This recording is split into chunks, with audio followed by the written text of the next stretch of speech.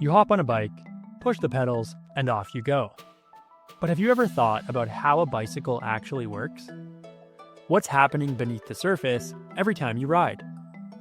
Believe it or not, a bicycle is a perfect example of a mechanical system. A group of parts that work together to perform a task using force and motion. Let's break it down. First, think of a system as a chain of events. You provide an input force, in this case, your legs pushing on the pedals. That force travels through the system and creates an output, the motion of the wheels turning to move you forward.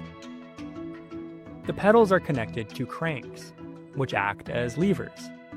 When you press down, the levers multiply your input force and rotate a large gear called the chainring.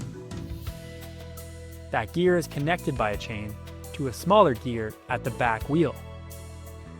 This is a classic example of using gears, a type of simple machine, to control speed and power. As the chain pulls the rear gear, it rotates the wheel and moves the bike. The wheel itself is part of a wheel and axle machine, which helps reduce friction and makes it easier for the bike to roll. But that's not all. When you steer, you're using another mechanical system. The handlebars turn the front wheel using a rotating column called the headset. When you brake, you squeeze levers that apply force to the brake pads. Those pads press against the wheel, using friction to slow you down. All of these parts work together to move a load, which in this case is you and the bicycle. The goal is efficiency, getting the most motion out of the least effort. So while riding a bike may feel simple, the science behind it is a well-designed chain reaction of force, motion, and machines. Now it's your turn to explain it step by step. Here's your writing challenge. You're going to write a procedural explanation of how a bicycle works, using science vocabulary to describe the system and the simple machines involved.